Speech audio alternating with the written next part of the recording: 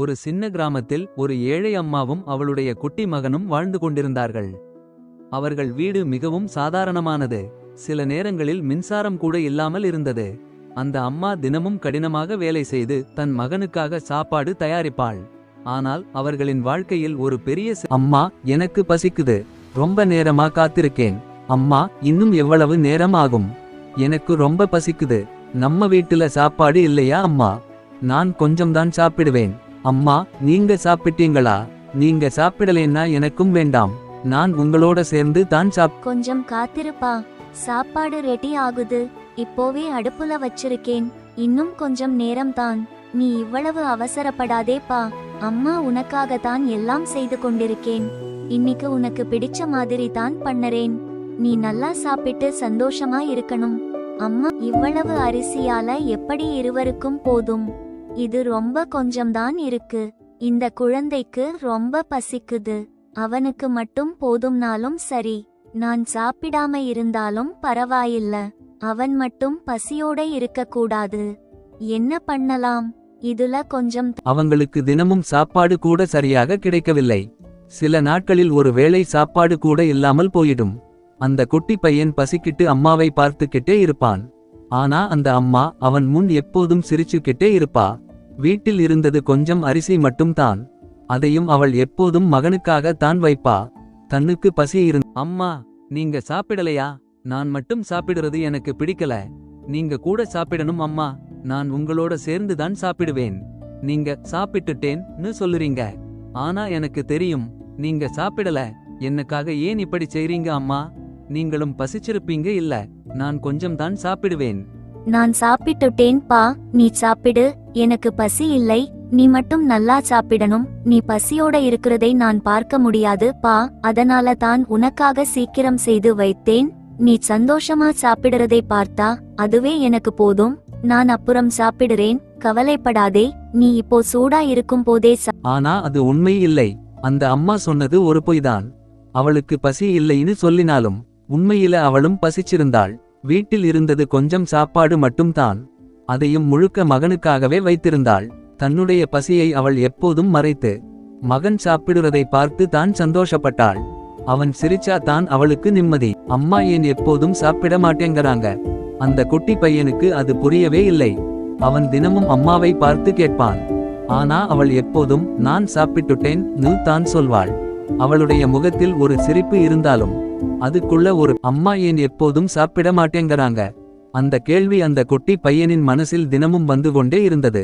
அவன் எப்போதும் அம்மாவை பார்த்து நீங்க சாப்பிடலையான்னு கேட்பான். ஆனா அவள் ஒவ்வொரு தடவையும் ஒரே மாதிரி சிரிச்சுக்கிட்டு நான் சாப்பிட்டுட்டேன். அம்மா, நீங்க சாப்பிடவே இல்லையா? நான் பார்த்துக்கிட்டே இருக்கேன். நீங்க எப்போதும் சாப்பிட்டுட்டேன்னு தான் சொல்லுறீங்க. ஆனா உண்மையில நீங்க சாப்பிடல்னு எனக்கு தெரியும் அம்மா.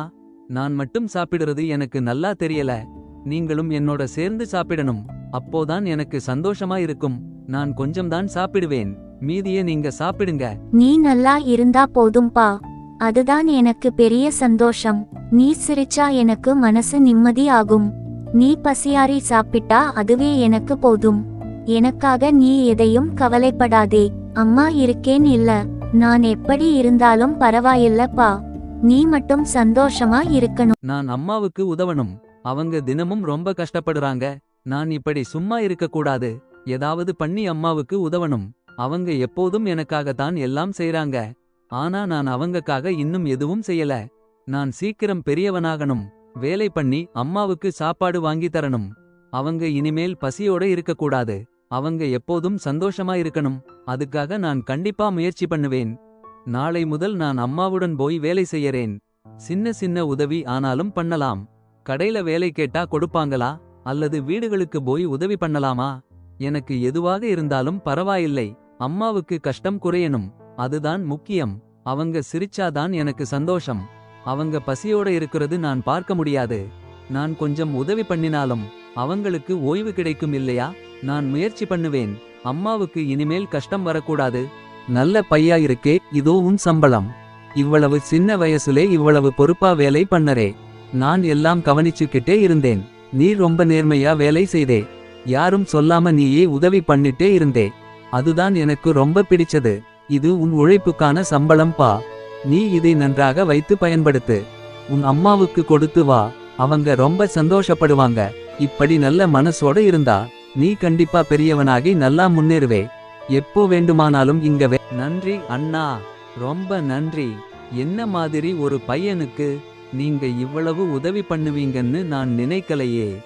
நான் தினமும் வேலை பண்ணினாலும் வீட்டுல சாப்பாடு கூட சரியாக கிடைக்காது. ஆனா இன்று இந்த சம்பளம் கிடைச்சதால என் அம்மாவுக்கு நல்லா சாப்பாடு வாங்கி கொடுக்க முடியும். அவங்க எப்போவும் நான் சாப்பிட்டுட்டேன்னு சொல்லுவாங்க. ஆனா அது உண்மை இல்லைன்னு எனக்கு தெரியும். அம்மா, இங்க பாருங்க, உங்களுக்காக சாப்பாடு வாங்கிட்டேன். இன்று நான் சம்பளம் வாங்கினேன் அம்மா. என் முதல் சம்பளம். எவ்வளவு நாள் நீங்க நான் சாப்பிட்டுட்டேன்பான்னு சொல்லி என்னை மட்டும் சாப்பிட வச்சீங்க. ஆனா அது உண்மை இல்லைன்னு எனக்கு நல்லாவே தெரியும் அம்மா. நான் சாப்பிடுறப்போ கூட நீங்க பக்கத்துல உட்கார்ந்து சிரிச்ச மாதிரி நடிச்சீங்க. ஆனா உங்க கண்களில் இருந்த அந்த பசி எனக்கு எப்பவுமே தெரியும். எனக்கு நல்லா சாப்பாடு கிடைக்கணும், நான் கஷ்டப்படக்கூடாது என்பதற்காக நீங்க உங்க பசியையே மறந்துட்டீங்க அம்மா. அதனால தான் இன்று நான் சம்பளம் வாங்கிய உடனே முதல்ல நினைச்சது நீங்கதான். இதோ பாருங்க அம்மா, உங்களுக்கு பிடிச்ச சாப்பாடு எல்லாம் வாங்கிட்டேன். இனி நீங்க ஒருபோதும் பசிக்க கூடாது. நான் இருக்கேன் இல்ல அம்மா. இனிமேல நான் தான் உங்களை பார்த்துக்கிறேன். வாங்க அம்மா, இப்போ நாம இருவரும் சேர்ந்து மனசார சாப்பிடலாம். என் பிள்ளை இவ்வளவு பெரியவனாகிட்டானே. நேத்திக்கு தான் என் கையை பிடிச்சுக்கிட்டு நடக்க கற்றுக்கிட்ட பையன் இப்போ எனக்காக சாப்பாடு வாங்கிட்டு வர்றா அளவுக்கு வளர்ந்துட்டானே. எவ்வளவு கஷ்டம் வந்தாலும் உன்னை சிரிக்க வைக்கணும்னு தான் நினைச்சேன்பா. நான் பசிச்சிருந்தாலும் பரவாயில்லைன்னு விட்டுட்டேன். ஆனா இன்று நீ இவ்வளவு அன்போட அம்மா நீங்க சாப்பிடணும்னு சொல்லுறப்போ என் மனசு ரொம்ப நெகிழ்ந்துடுச்சுப்பா. நான் உன்னை இனிமேல் நீங்க சாப்பிடாம இருக்கக்கூடாது அம்மா. நான் பார்த்துக்கிட்டே இருப்பேன். நீங்க மறைச்சு வச்சாலும் கூட எனக்கு தெரியாம போகாது. எவ்வளவு நாள் நீங்க உங்க பசியையே மறந்துட்டு என்னை மட்டும் சாப்பிட வச்சீங்க. அதெல்லாம் இனிமேல் வேண்டாம் அம்மா. நான் சின்ன பையன் இல்ல, கொஞ்சம் பெரியவனாகிட்டேன். எனக்கும் புரியும். நீங்க சாப்பிடலன்னா எனக்கு மனசு வலிக்கும். நீங்க சந்தோஷமா ஆரோக்கியமா இருந்தாதான் நான் நிம்மதியா இருப்பேன் அம்மா. அதனால இனிமேல் நாம இருவரும் சேர்ந்துதான். நான் ரொம்ப சந்தோஷமா இருக்கேன்பா. இவ்வளவு நாள் நம்ம வாழ்க்கை எவ்வளவு கஷ்டமா இருந்தாலும் நீ சிரிச்சா போதும் என்று தான் நினைச்சேன். ஆனா இன்று நீ எனக்காக இவ்வளவு அன்போட கவலைப்படுறதை பார்த்தப்போ என் மனசு நிறைஞ்சுடுச்சுப்பா. நான் பசிச்சு இருந்த நாட்கள் எல்லாம் நீ நல்லா இருக்கணும் என்பதற்காகத்தான். இப்போ நீ அம்மா நீங்க சாப்பிடணும்னு சொல்லுறப்போ எனக்கு அது பெரிய வரம் மாதிரி இருக்கு.